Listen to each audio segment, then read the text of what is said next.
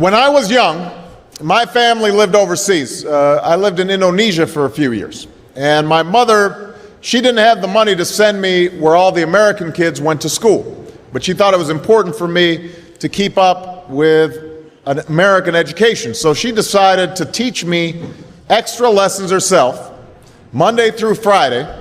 But because she had to go to work, the only time she could do it was at 4:30 in the morning. But whenever I'd complain, my mother would just give me one of those looks and she'd say, "This is no picnic for me either, Buster."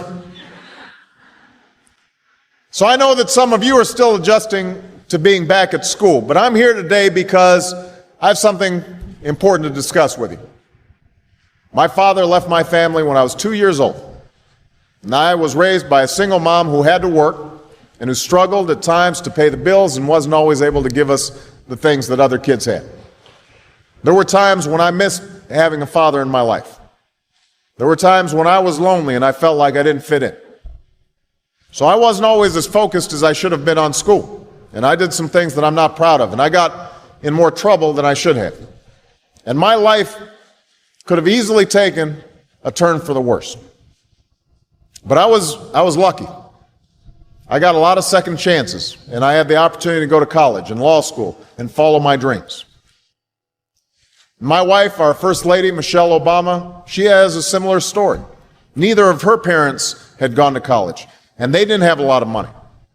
But they worked hard, and she worked hard so that she could go to the best schools in this country. But some of you might not have those advantages. Maybe you don't have adults in your life who give you the support that you need. Maybe someone in your family has lost their job, and there's not enough money to go around. Maybe you live in a neighborhood where you don't feel safe, or have friends who are pressuring you to do things you know aren't right. Maybe you could be a great writer, maybe even good enough to write a book or articles in a newspaper, but you might not know it until you write that English class paper that's assigned to you. Maybe you could be an innovator or an inventor, maybe even good enough to come up with the next iPhone or the new medicine or vaccine, but you might not know it until you do your project for your science class. Maybe you could be a mayor or a senator or a Supreme Court justice, but you might not know that until you join student government or the debate team. And no matter what you want to do with your life, I guarantee that you'll need an education to do it. You want to be a doctor or a teacher or a police officer? You want to be a nurse or an architect, a lawyer or a member of our military? You're going to need a good education for every single one of those careers. You cannot drop out of school and just drop into a good job. You've got to train for it and work for it and learn for it. And this isn't just important for your own life and your own future.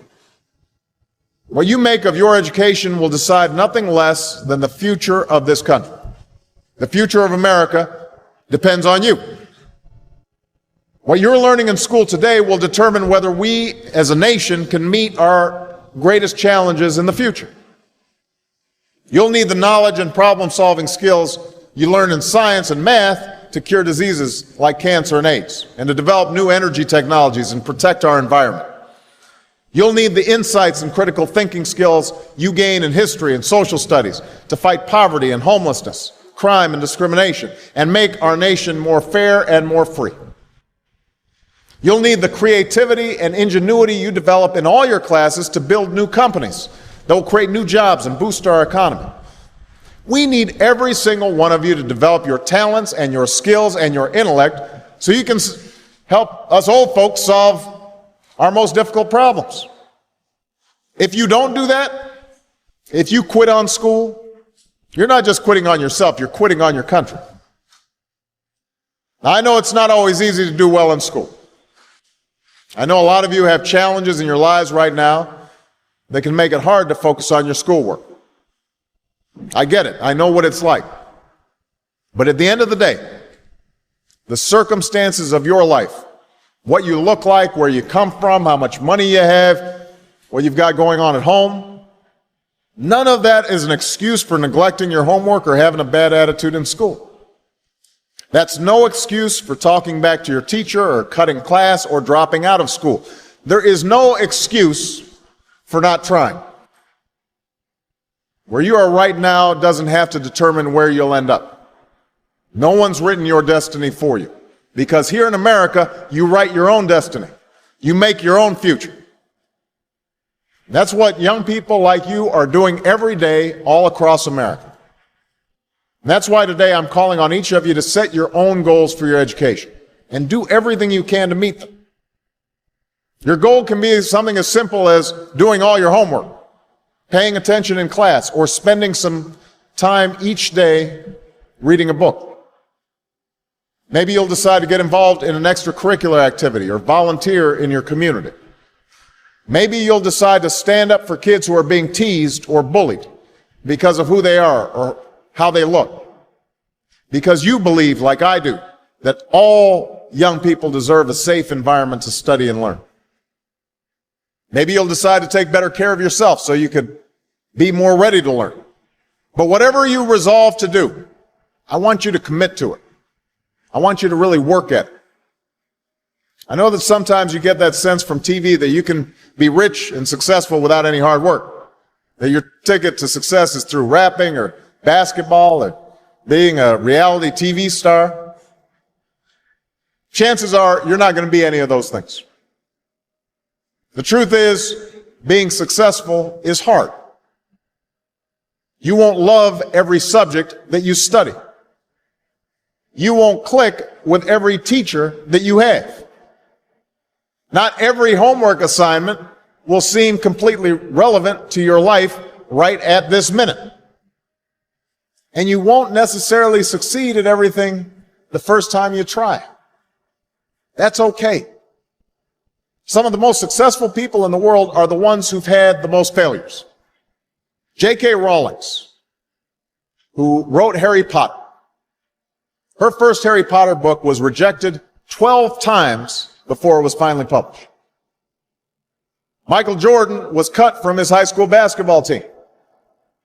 He lost hundreds of games and missed thousands of shots during his career. But he once said, "I have failed over and over and over again in my life, and that's why I succeed." These people succeeded because they understood that you can't let your failures define you. You have to let your failures teach you. You have to let them show you what to do differently the next time. So if you get into trouble, that doesn't mean you're a troublemaker. It means you need to try harder to act right. If you get a bad grade, that doesn't mean you're stupid. It just means you need to spend more time studying. No one's born being good at all things. You become good at things through hard work. You're not a varsity athlete the first time you play a new sport. You don't hit every note the first time you sing a song. You've got to practice. The same principle applies to your schoolwork. You might have to do a math problem a few times before you get it right. You might have to read something a few times before you understand it. You definitely have to do a few drafts of a paper before it's good enough to hand in. Don't be afraid to ask questions. Don't be afraid to ask for help when you need it. I do that every day.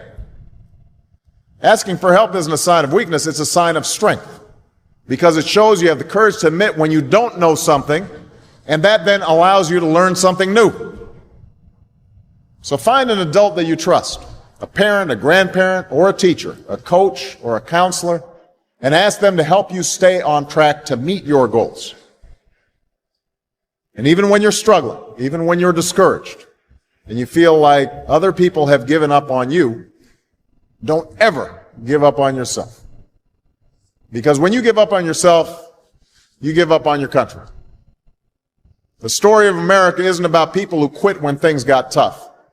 It's about people who kept going, who tried harder, who loved their country too much to do anything less than their best. It's the story of students who sat where you sit 250 years ago and went on to wage a revolution, and they founded this nation. Young people. Students who sat where you sit 75 years ago, who overcame a depression and won a world war, who fought for civil rights and put a man on the moon. Students who sat where you sit 20 years ago, who founded Google and Twitter and Facebook and changed the way we communicate with each other. So today, I want to ask all of you, what's your contribution going to be? What problems are you going to solve? What discoveries will you make? What will a president who comes here in 20 or 50 or 100 years say about what all of you did for this country? You know, your families, your teachers, and I are doing everything we can to make sure you have the education you need to answer these questions.